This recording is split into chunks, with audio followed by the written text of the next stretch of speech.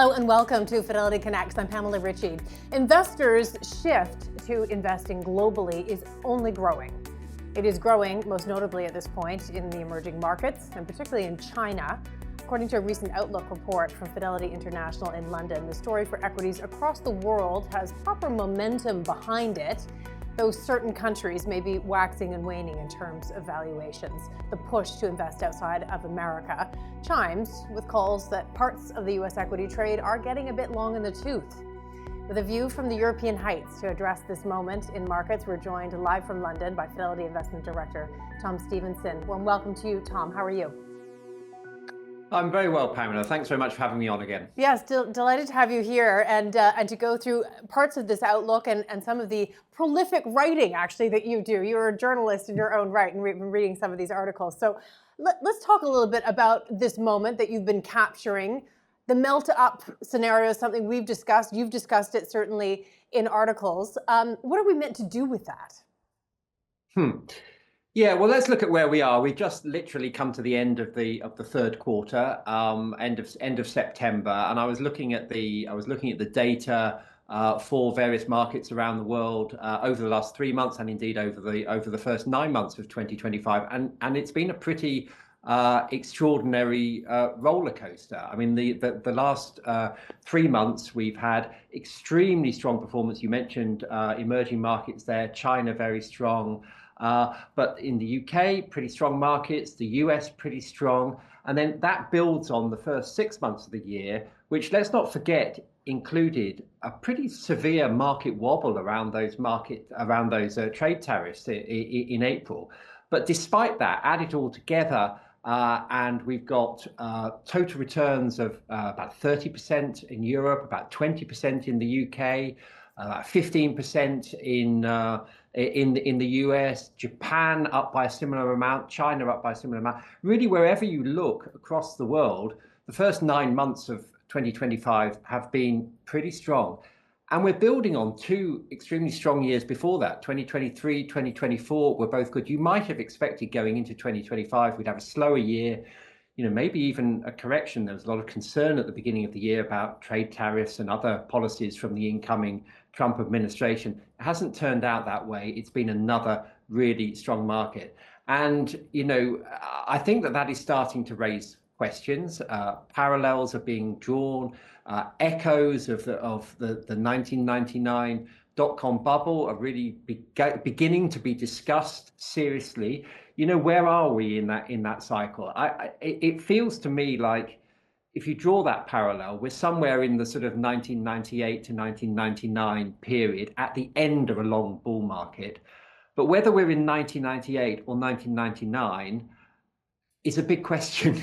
I mean, they are very different situations, because at the end of a bull market, it's a rewarding time to be an investor. No one wants to be out of the market at that point in the cycle. And I think that's where we are. That's the question which investors are asking at the moment. Are we 98 or are we 99?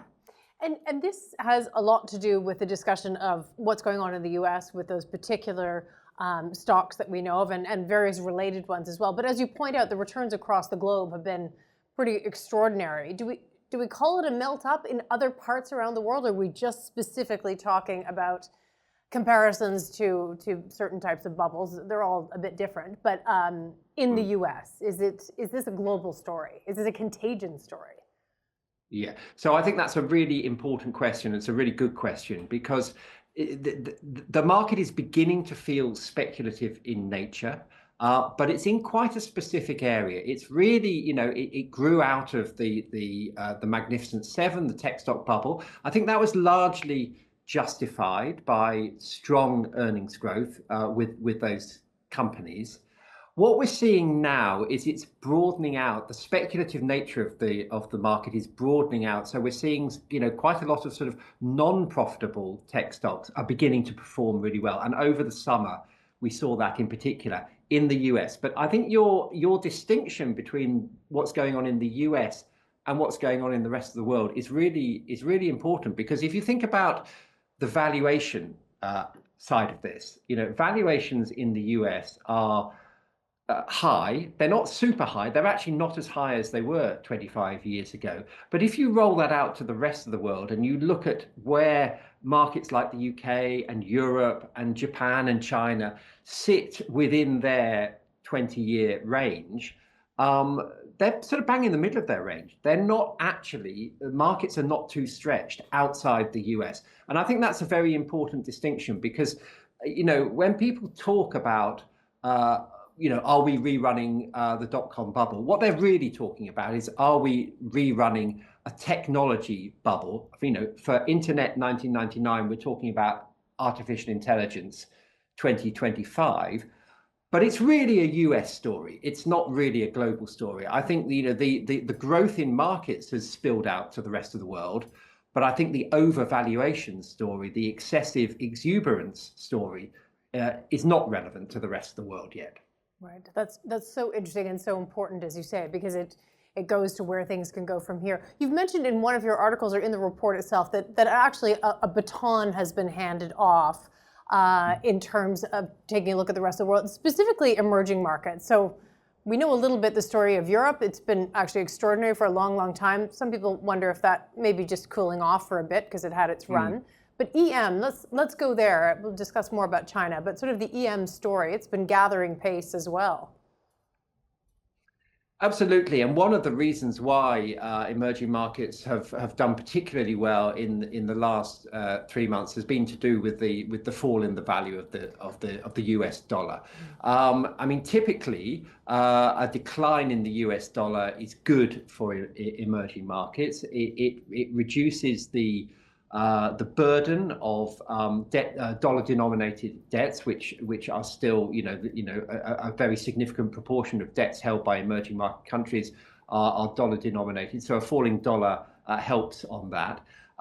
It boosts spending power in emerging markets, so it's good for the domestic side of those economies.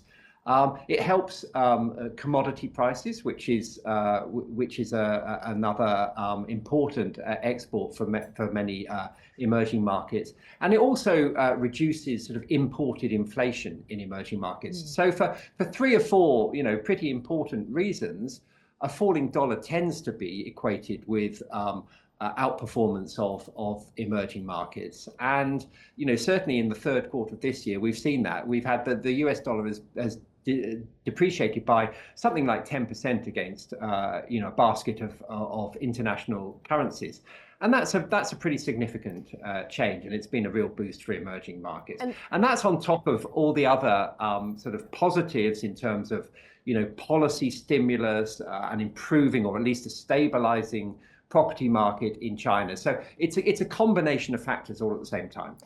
And as you're pointing out, I think again in one of your articles, that the catalyst may well be the US dollar, because the structural story underneath it has been there for some years, and it's not the same emerging market story that it was 10 years ago. Structurally, these economies have strength in their domestic economies. There's a demand story there within in a lot of cases, and they're not necessarily dependent on trade with just 1 or 2 developed countries. I mean, there's sort of a structural story that's been sitting waiting for a catalyst, basically.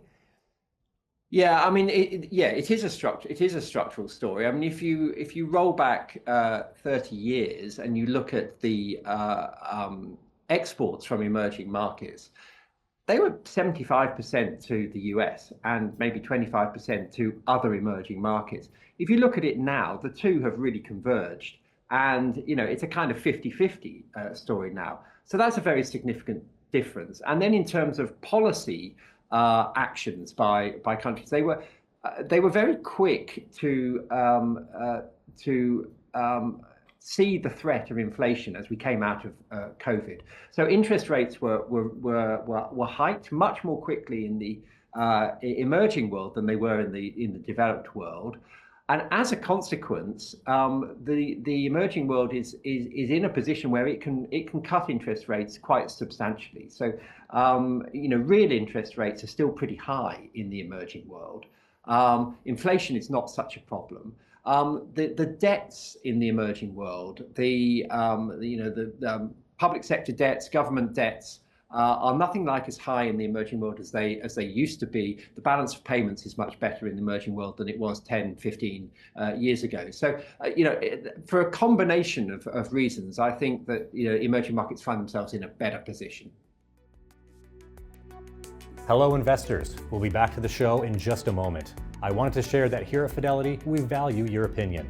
Please take a few minutes to help us shape the future of Fidelity Connect's podcasts. Complete our listener survey by visiting fidelity.ca/survey, and you could win one of our branded tumblers. Periodic draws ending by March 30th, 2026. And don't forget to listen to Fidelity Connects, The Upside, and French Dialogue Fidelity podcasts, available on Apple, Spotify, YouTube, or wherever else you get your podcasts. Now back to today's show. There's a couple of questions coming in. We're going to go to more of the pieces that you have in your outlook here, but just a comment, if you would, on the buildup of Canada and U.S. trade agreements. There do seem to be new partnerships for the whole world being created. Canada's out there trying to make new partnerships as well. Just kind of a view from where you sit at this plethora, it seems, of different types of agreements and partnerships and so on. So I think this is part of a broader picture which has really emerged over the last year about the US's relationship with other countries. Obviously, the trade policy is less favourable than it was, and I think many countries are approaching this in a pragmatic way, and they're saying, well, I mentioned those figures of sort of 75%, exports to the US. The US has historically been a very important end market for a lot of countries. I mean, and not least Canada, obviously. And I think that world, has changed, and that all countries, including Canada and European countries and China and Japan, we're all rethinking what the structure of the new world looks like in terms of those trade relationships, and it will be different from in the past. And I think that the US will play a less important part than it has done in the past. Yeah, it's really interesting to sort of, we're seeing lots of headlines about this. Let's go through some of the asset classes. We mentioned in the introduction that equities, according to your report, still very much a go. There's lots of reasons to enjoy as a global statement about where equities are. There's a fiscal, there's a monetary, and of course there's an AI structural trade in there as well. When you break it down into the countries themselves, let's go a little bit through, if it's all right, your outlook for this quarter and how you see equities in certain markets.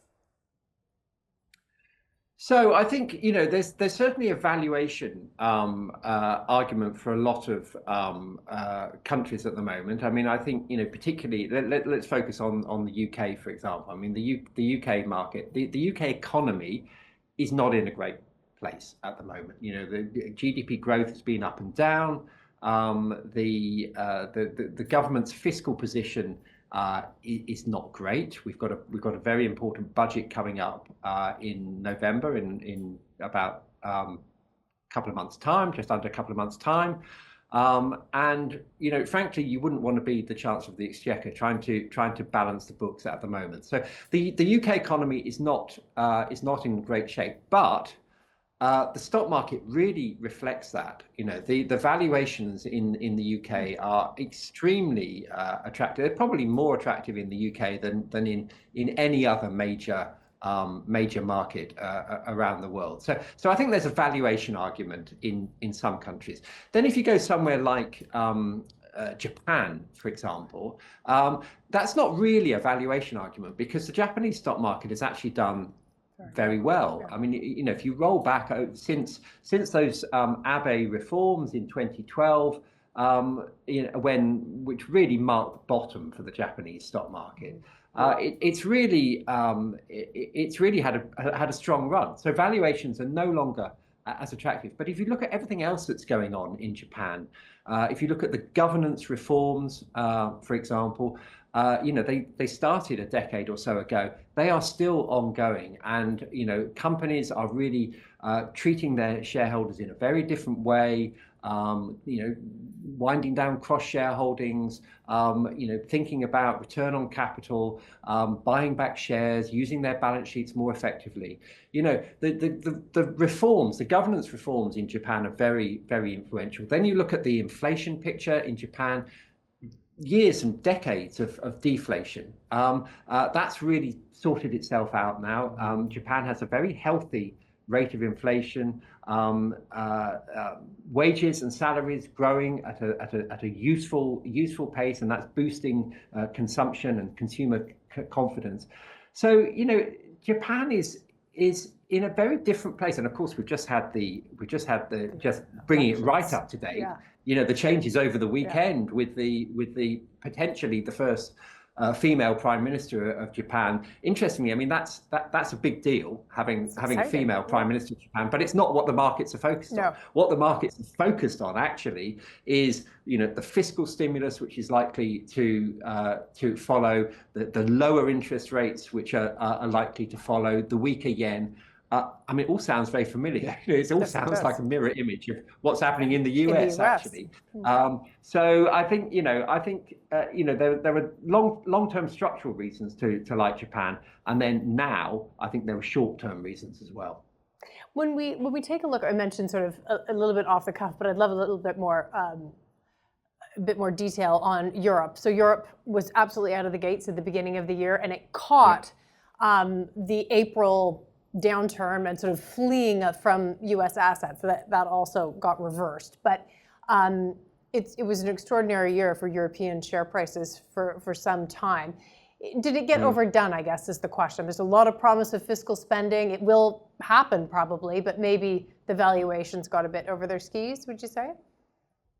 Yes, I think that's true. What we had at the beginning of the year was really a change in the whole sort of landscape in terms of the relationship between the US and Europe, in terms of the sort of security backstop which America has provided for Europe, really, in the whole post-war period for the last 70 or 80 years. That has changed, and I think it was, in some ways, was almost like a sort of tough love gift to Europe. And the change in the willingness to take on debt, to invest and to spend in defense capability, in industrial capability in Germany, for example, was seen as a real boost to the stock market, and rightly so. Stocks responded to that, and the defense sector in particular has seen some pretty extraordinary rises in share prices, particularly in that first quarter. I mean, Europe was far and away the best performing region in that first quarter, and it has fallen away since. And I think the reason is, you pinpointed the reason there is, I think it just went too fast, because all of these changes are real. There's no doubt that Germany is committed to spending more seriously on its own defense, on its productivity, on its industrial investment. But it's not going to happen overnight. This is a multi-year project, and I think the markets just got ahead of themselves. But at the moment, when it happened, it tied in perfectly with this desire for investors to diversify their portfolios away from what looked like a sort of overheating US market. And it wasn't such an enormous leap to go from one developed market on one side of the Atlantic to a developed market on the other side of the Atlantic that didn't look that different, but was massively cheaper. There was also sort of an expectation of peace being, if not around the corner, at least somewhat visible down the road within Europe, and that still is a lingering discussion. I don't know if that plays into it necessarily, sort of some disappointment on some level. I think there's an element of that, yes. I mean, it was a part of the bullish argument, and and it hasn't quite worked out as people hoped it would. So there's been a delay there. There's a delay there. So we go to sort of other asset classes. We can also go around the world further, but gold, bonds. Bonds obviously is fascinating because we've had this lowering of interest rates. The environment is a global story, and the Fed moved, and sort of the market certainly expects it to be moving again soon. Inflation is still there, though, and so there are lots of voices that say you can't lower them as much as you think you can. I mean, who knows who will win out on that one? But what do you think for the case for bonds? Well, do you know what? There are a lot of moving parts within the bond market. You know, you've got both short-term and longer-term bonds, and then you've got government bonds and corporate bonds, and they all march to a slightly different beat. So yes, in the short term, short bonds are yields coming down, but at the longer end, long bonds are influenced by a different set of factors. You know, it's not just about interest rates; it's about how confident are you that your money is going to be paid back? How confident are you that when it is paid back, it's not going to be worth significantly less in real inflation-adjusted terms? And I think that what investors are doing is they are demanding, quite rightly, greater compensation for lending to governments for a long period of time. So we're seeing this steepening of the yield curve. We're seeing long bond yields being higher than short bond yields, and that is, you know, that is a negative for bond prices. Then you have the corporate bond element to this, and you know the added factor here is default risk, and you know how confident are you that individual companies are going to be able to meet their obligations to lenders, and that is determined by, you know, the ongoing health of the companies obviously, but also the background economic environment, and you know what price are you paying for that extra risk of lending to a company. And at the moment, the extra income that you're receiving for doing that is pretty small. You know, the spread between a government bond yield and a corporate bond yield is as low as it's been for years and years and years. And I think that it probably investors are saying, I'm not sure that I'm being adequately compensated for that risk. And so you mentioned, you know, bonds and gold, and I think it's important to think about them actually in the same sort of bucket, the same category. They are both diversifiers away from equity risk. And you know, traditionally people have talked about the 60-40 portfolio, 60% in equities, 40% in bonds. Increasingly people are now talking about a 60-20-20, you know, 60 equity, 20 bonds, 20 gold. That's a very significant big change, isn't it? Yeah. I mean, that is a huge change, because if people are genuinely thinking about gold in the same, I mean, the bond market is an absolutely massive pool of assets around the world. It can handle that role as a diversifier. The gold market, you know, is not able to handle that role as a diversifier. So if central banks are buying gold to diversify their assets away from the US dollar, and if increasingly, you know, ordinary investors, you know, pension funds and ordinary personal investors are buying gold as a safe haven, then, you know, the weight of money that potentially goes into that gold market, I think, could seriously distort it. And I was looking just this morning actually at what happened to the gold price in the late 1970s. So between 1976 and 1980, the gold price rose 7.5 times. Now, the gold price this time round has doubled in 3 years, and everyone's saying, wow, the gold price has doubled in 3 years. Yes, that's a significant move. But, you know, you compare what happened in a previous moment of unease about what was going on in the world, and a move into gold, and there was a very significant change. I'm not saying that that's going to repeat itself, but I'm saying just be cautious before you say, oh, the gold price has gone too far.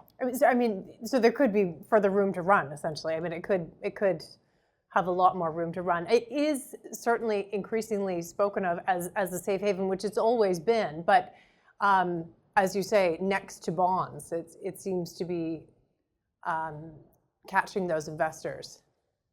Yeah, and I think the two do play a part I mean, I talk a lot about diversification. You know, I think there is no substitute for diversification, and I think that you know, bonds increasingly can't do the work by themselves, and so you need other assets. It may be a bit of gold, it may be some infrastructure, it may be some property, it may be cash. You know, I just think that you know, gold has a role to play in that diversified portfolio.